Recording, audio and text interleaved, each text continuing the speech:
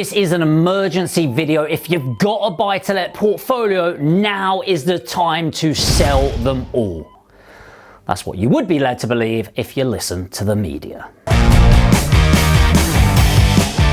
Alright, that was a bit of a clickbaity title and intro there, but seriously, the media is just crazy right now, right? Like, you should sell, this is gonna happen, that's gonna happen, and we naturally gather our opinions from other people, right? It's confirmation bias. Once you feel negative, you see negativity all around. And funny enough, a news article saying, hey, interest rates are higher, but actually, if you look at the last 100 years or even 1,000 years of evidence, you just don't need to. No, it doesn't really sell the newspaper, does it? Property prices due to drop 30%. That gets your attention a little bit more. We are naturally predisposed to negative energy, and it's just the way our brains are wired. So let's use this to maybe rewire your brain a little bit, but also to understand, is there a time where maybe we should look at selling property? Let's jump into a situation where maybe you might want to sell your property. And I think it is very situational. And then I'm going to give some reasons not to sell your property and the benefits of holding long term and some downsides as well, to give a bit of an overview. But I'm going to be upfront right now. I'm clearly biased to a long-term vision of property. And I think it's worth saying that just in case some of my bias comes out, which I try not to, but it will. Okay, let's just be clear there. But let's look at when you might want to sell. I think it's situational around you rather than the economy. So instead of focusing on the economy, start focusing on your economy. And I think this is just a much better way of focusing on investments in general, because if you buy property based on the next 6 months, I think you're a bloody idiot unless you have a short-term investment strategy, i.e. you're looking to sell. For me, my exit is death, okay? And I'll be honest, even then I'll set up my investments where my shitty little kids won't ruin it in their first divorce. I don't have kids. If you watch this in future kids, daddy loves you, all right? Now, the thing is, genuinely, my property investment journey is long term. I'm thinking the next 200 years, not even the next 50, 60 years, and there's no wood around me, but touch wood, I do live that long. If you're making these investments, imagine when interest rates are low, you go, now I'll buy property. Now they're high, now I need to sell them. Now this happened. And it's like every time you react to that, I mean, let's think about some of the shit that's gone on. COVID, let's go back to Brexit. We've got the invasion in Ukraine. We've got the shit that went on in America that I realize that is so generic, it's happening every single month, right? Think about the 10, 15, 20 things that's happened over the last 5 years. And what's happened in property over the last 5 years? It's gone up. If you could buy today versus 10 years ago, when would it have been? 10 years ago, right? So the reason why I'm saying this is market volatility is short term. I just realized, I just said, let's look at situations where you would sell. And I've gone fully into rant mode. I'm going to finish the rant. And I'm sorry, all right? Now, the thing is, this short-term mindset is what destroys people, because if you want to do short-term stuff, do day trading, look at crypto, and maybe you can specialize in that. But if you're investing in property, it's about the next 10, 15, 20 years, all right? Now, I like using this line, if in doubt, zoom out. Okay, you cannot find a 10-year period where property prices have gone down. I'm not saying in the UK. I'm not saying that will never happen, by the way, but we've got about 1,000 years of evidence. And I just think the past doesn't guarantee the future, but that's a fair indication. And for me, I just think the best thing you can do is shut out this noise as much as possible.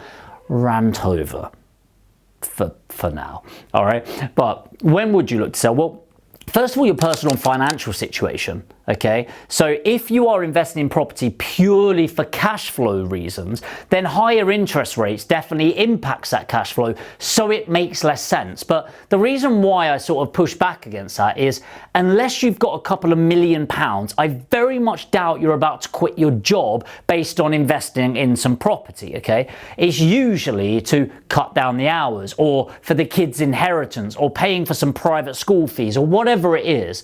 So, but that might interest. that might impact it. If you've lost your job, and look, there are people losing their jobs during this period, obviously, because the climate is impacted and the economy is impacted. So you might need the equity back from those properties. So people might sell 2 or 3 properties. It's always usually around those financial situations. It could be that you're an older landlord. A lot of the people that we're purchasing properties from are people in their 60s, 70s that don't have kids that are going to inherit this. Why bother having the properties? They've got a couple of million in equity because they did the smart thing and invested 40 years ago. Release that equity and live their life for the years that they've got for the next 10, 20 years. That makes sense to me. The reason why I'm sort of reinforcing that is I think if you're in a situation where you're not massively struggling financially, you don't need the cash flow, you don't need the equity suddenly out, then why would you exit at this point in time? So now that I've sort of covered that, and ask any questions you want around that, because yes, I realize I'm a bit ranty and biased around it, but I will give you as much feedback as I can. So let me know in the comments if you've got any particular questions. Now, is there ever a time not to buy? In my opinion, no. I think today is always the best time. Now, in general, you could go 3 months from now would be better. You might be right. You might be wrong. I've had people say that to me for the last 3 years. In fact, I've had people say that to me since Brexit, and then there's been one thing after another. The thing is, eventually that person will be right. If you compare today versus 3 months from now, eventually they will be right because the market goes up and down and corrects. The problem is, the other people have been in the market. Let's take an investor I was chatting to the other day. Right? They've now invested, which is great. But I've been talking to them for 3 years. Think about where the market was 3 years ago here compared to today. Now imagine this investor carried on having that mindset. The problem is, let's call that person John for the sake of this video. Imagine the market corrected by 10% and we're now there. John will go, see, told you. Market dropped, and it's like, yeah, John, it's also rose by 35%. Like, pick your battles, mate. All right, you lost. Now the thing is, you are always wrong over the long term not to invest today. You might be right over the next 6 months. But you could have said that 2 years ago. Maybe it's going to go up 10% over the next year. Maybe it's going to go, whatever it is. I don't care. That's my point. So many people are obsessed, like, is now the right time? Is now the right time? It's like, in 10 years, you won't give a shit. In 20 years, I guarantee you won't care. And your kids or your grandkids, when they're inheriting the property, I promise you, they definitely won't care whether you invested today, a year ago, or 5 years from now. There's this line in property. You don't wait to buy property. You buy property and wait. And that is so true, especially with boring, vanilla buy-to-let properties, because they're the foundation of property investment in the UK property market. Now look, you need to make smart investments. If you are investing and the only thing you care about is cash flow, you might want to wait for the interest rates to come down. But I'm telling you, there are so many opportunities to make money. And did you know that only around 20% of your wealth through property comes from cash flow over the long term? That shocks a lot of people. So where's the other 80%? Well, almost all of it is from capital appreciation through time. So almost every single person that has become a millionaire through property, it's not from the cash flow that's come from the rent each month. It's from the value of the property going up through time.